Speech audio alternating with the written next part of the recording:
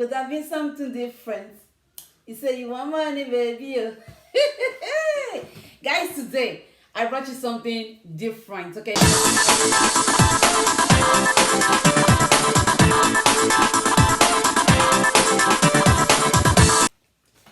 Hey guys, you welcome back to my channel. My name is Ruth and this is the gist with Ruthie. Guys, today I brought you something different, okay? So in my last video, yeah, sometime ago, I posted a video about the pros of you migrating to Canada. And today, guys, I am going to be talking about the cons of migrating to Canada. And yeah, somebody was talking about my legendary chain. Like, I don't know what to do without it. And no, there's no special package in it, like the person asked me. No, there's no special package in it. It is just what I wear. Like, I never used to like necklaces, but when I started liking it, I just have this on like every day, all day. I don't take it off. So yeah, moving forward, guys, today, I don't know, my hair seems to be falling off. I'll just let it down. I always have this hair problem in my videos. I'll just let it down. So today, guys, in today's videos, we're going to be talking about the cons of migrating to Canada. Okay, and I always make a list. Don't mind me, I have very bad writing. Not legible at all.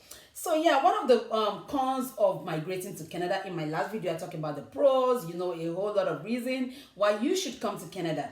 And these are the cons which you have to consider before actually before you can actually start coming to Canada, because hey, you don't want to go and receive the shocker of your life. Moving forward, guys, today, I don't know why I'm just happy. It seems like I licked sugar or honey. The first thing that you should think about when you're coming to Canada is initial settlement struggle. Guys, when you're going to a new country, this is one problem that almost everybody face. I mean, initial settlement struggle. The initial settlement struggle. Oh my God, I cannot overemphasize.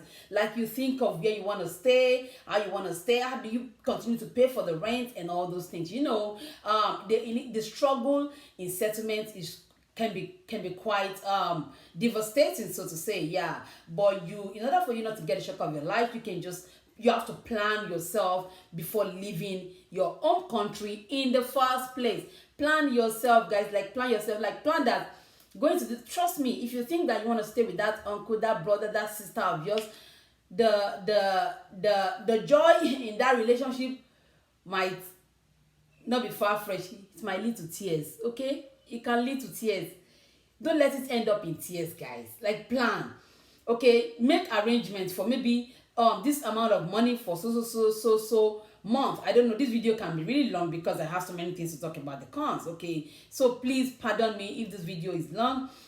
Just try to get the point that I'm trying to put across to you, because every information I'll be putting out today is one important information that you really do not want to skip. So please do not forget to like, comment, share, and subscribe to this channel, guys. So talking about the initial settlement here, guys, like, you have the house issues, you have the transportation issues, you have everything. You have how do I get a new line, a new phone number, so to say, and all those things. Transportation, do I have to buy a car? How long can I do the bus? And all those things. Honestly, that is something that you should think about.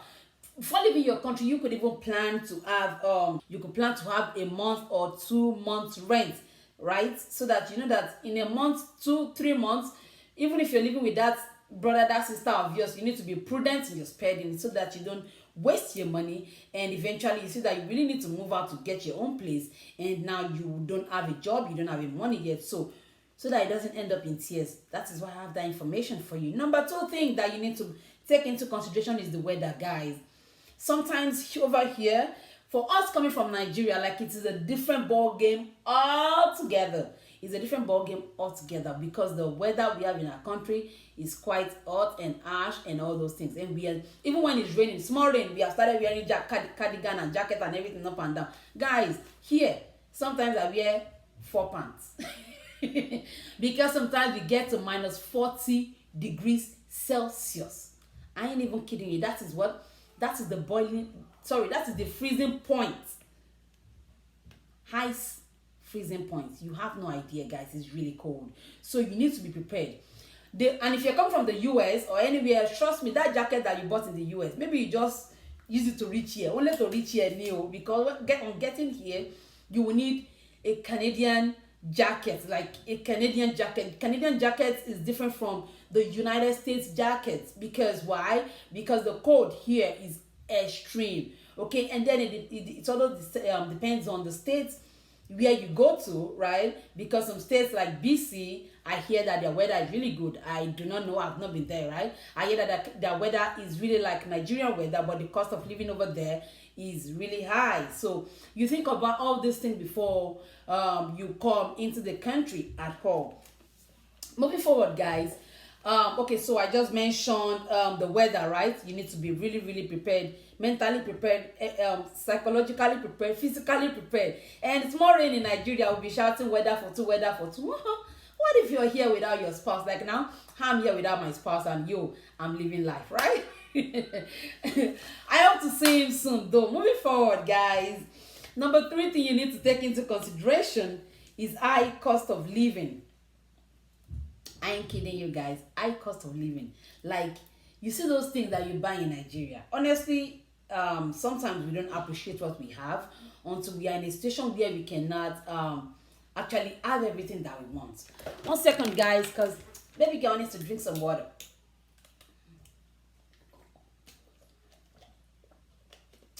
Guys, there's high standard of living over here in Canada. I mean, you need to be able to make enough money, right, to be able to actually get all that you want. You know, food is expensive, except if you want to be eating Canadian and American food anyways, but those may not be expensive. But if you're in Canada and you want to be eating Nigeria food, guys, it is expensive. Like, take that into consideration.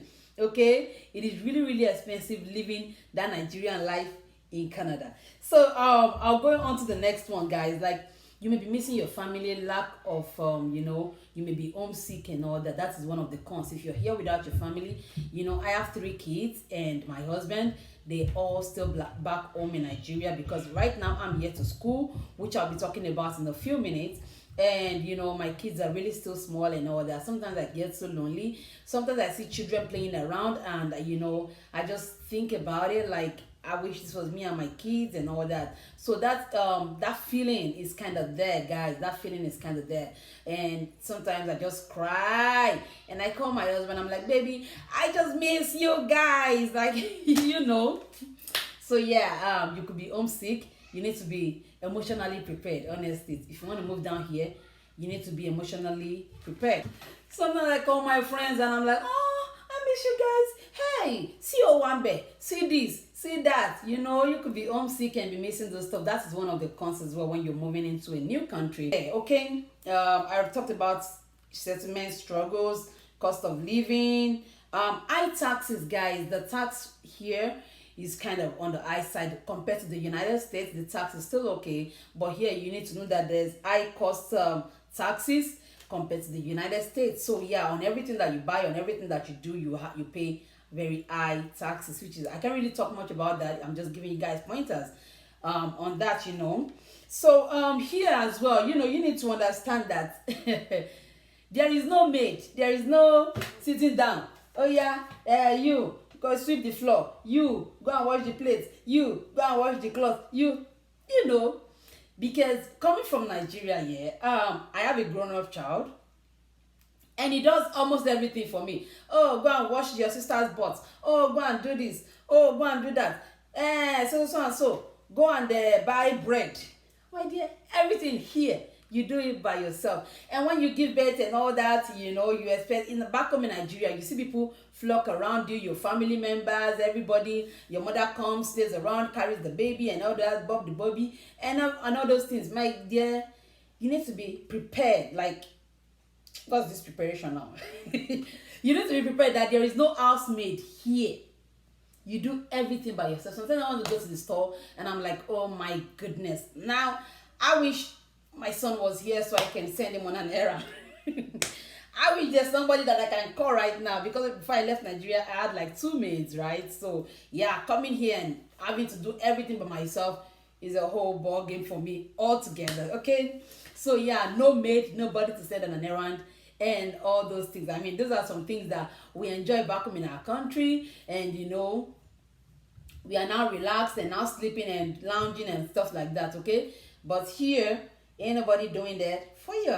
Moving forward, guys, this is something that this should have been number one actually, or number two. Starting over. You need to know that when you're coming to this country or migrating to any country at all, yeah, so to say, you need to always know that this is you starting over. Are you prepared to start over? I can spend the whole day talking about it starting over, or half of the day, don't let me exaggerate, talking about you starting over. This is you leaving your country, okay?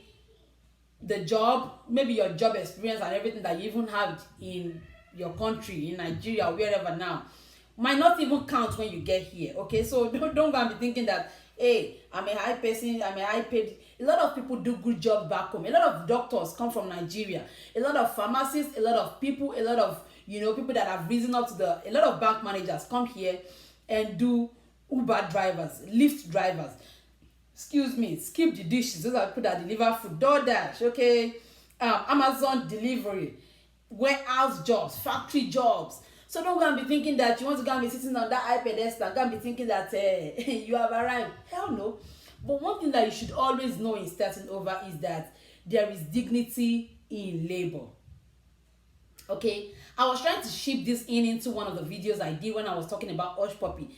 If you have any opportunity to leave your country and you come to somewhere else, like, you should be prepared to start over. And then you should know, we know that back home we say, oh, there's no job, no infrastructure, no this, no that, no what. But if you have the opportunity to go somewhere else, why not try to make an honest living? Because why? Because there is dignity in labor. Guys, I need to drink another water.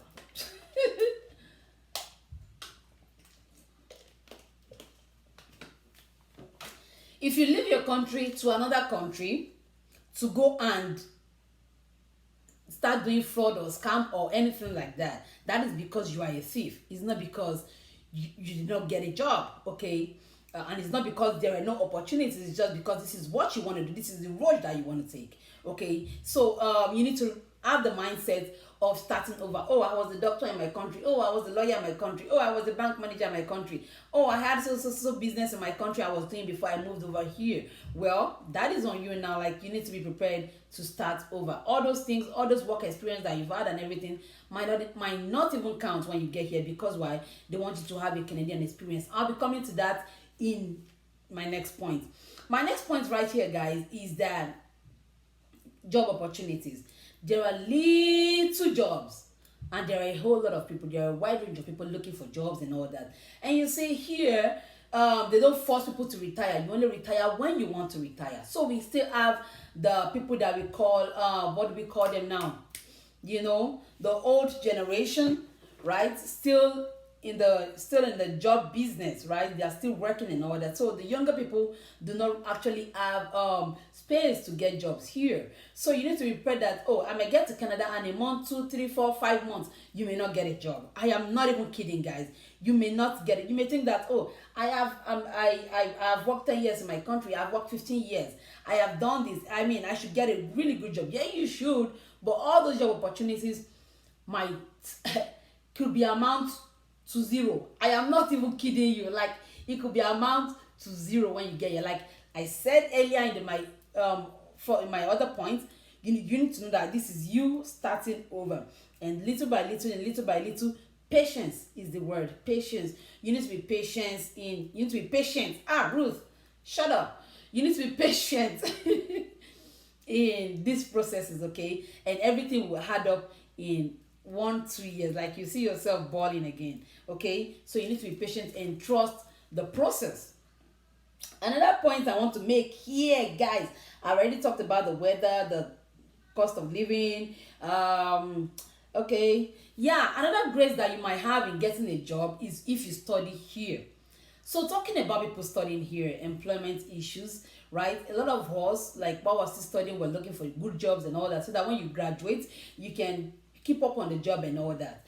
But I want to tell you that sometimes if you do not study here, you may not actually have that opportunity, right, to get to that high pedestal like ASAP. So you still need to be persistent in trying to look for the jobs and all that, right? But if you study here, it could be an advantage to you getting a job. And there are some schools where you study here because, like I talked in my pro video, like the pros of coming to Canada, Canada's education is something that is widely acceptable. So you need to know that, yeah, if I study here, it could be a plus to me. It could be a plus to me getting my PR. It's a plus to me getting a good job and all those things. You get what I'm saying? It's a plus to me getting a good job and all those things. 1 second, guys.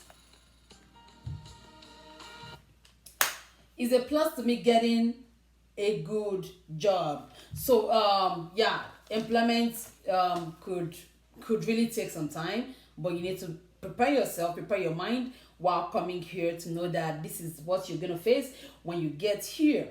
And not everything is going to be rosy and blue skies and some rainbows and all that and everything. You need to know that sometimes you need to be patient to get these things together.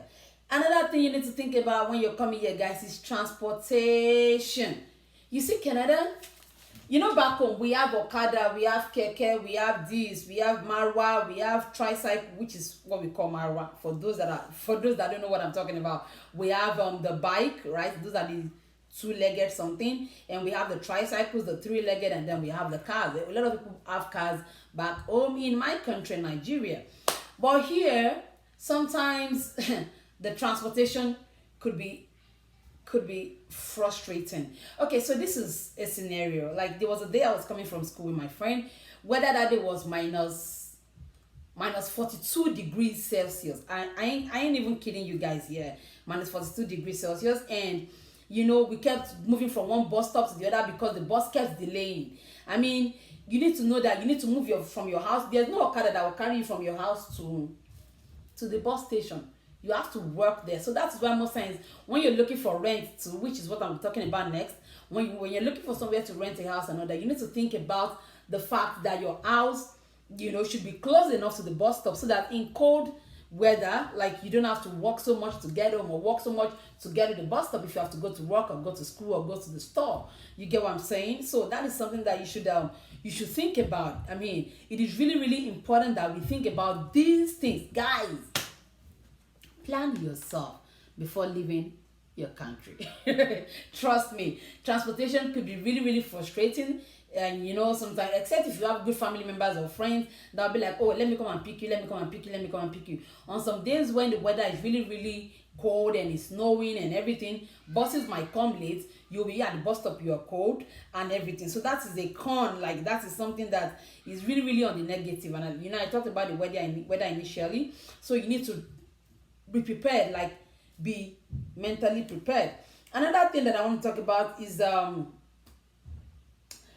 driver's license. Guys, do not go and be thinking that your driver license from Nigeria or wherever is going to count, I mean, in your migrating here. Because when you get here, you will see that your driving history in Nigeria, we don't even have a driving history, for goodness sake. Your driving history is just nothing. Like, no.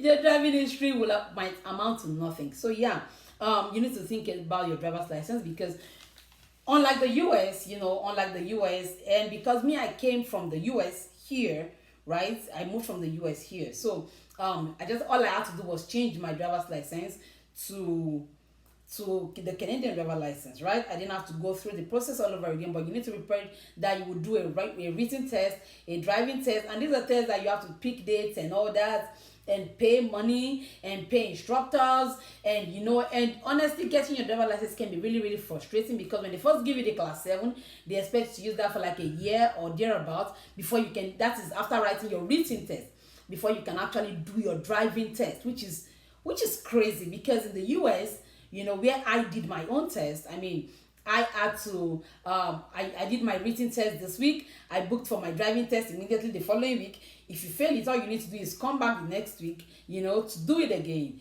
you know. But here, when you fail the test, like, you can't just jump there next week and say, or pick any day, you have to register actually. You have to book for next week that oh, I'm going to go and do my test this day. So, you know, but here you have to always pay each time you fail that test.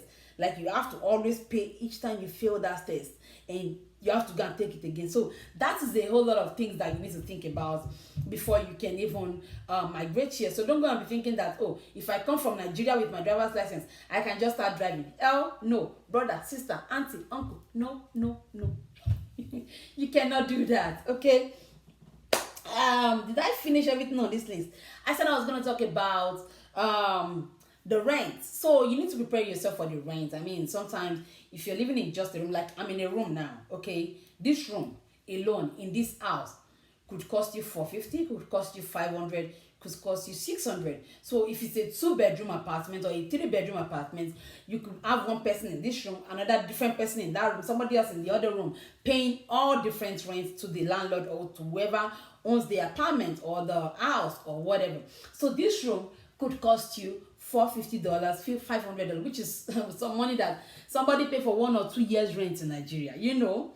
But this is if you're working and everything. 400, 450 is the money that you can make in a week, and you can know that, oh, this should be my rent for this month. Okay, renting a 2-bedroom apartment could cost you nothing less than 1,200 Canadian dollars, and know that there is difference between Canadian dollars and US dollars. Okay, so it could cost you 1,200 Canadian dollars, which is like how much in Nigeria now? $1,000 in Nigeria should be like 288,000 naira right now, because Canadian dollars now is 288, right? So you need to think about these things, okay? And yeah, you don't want to go and $1,200, I mean, per month.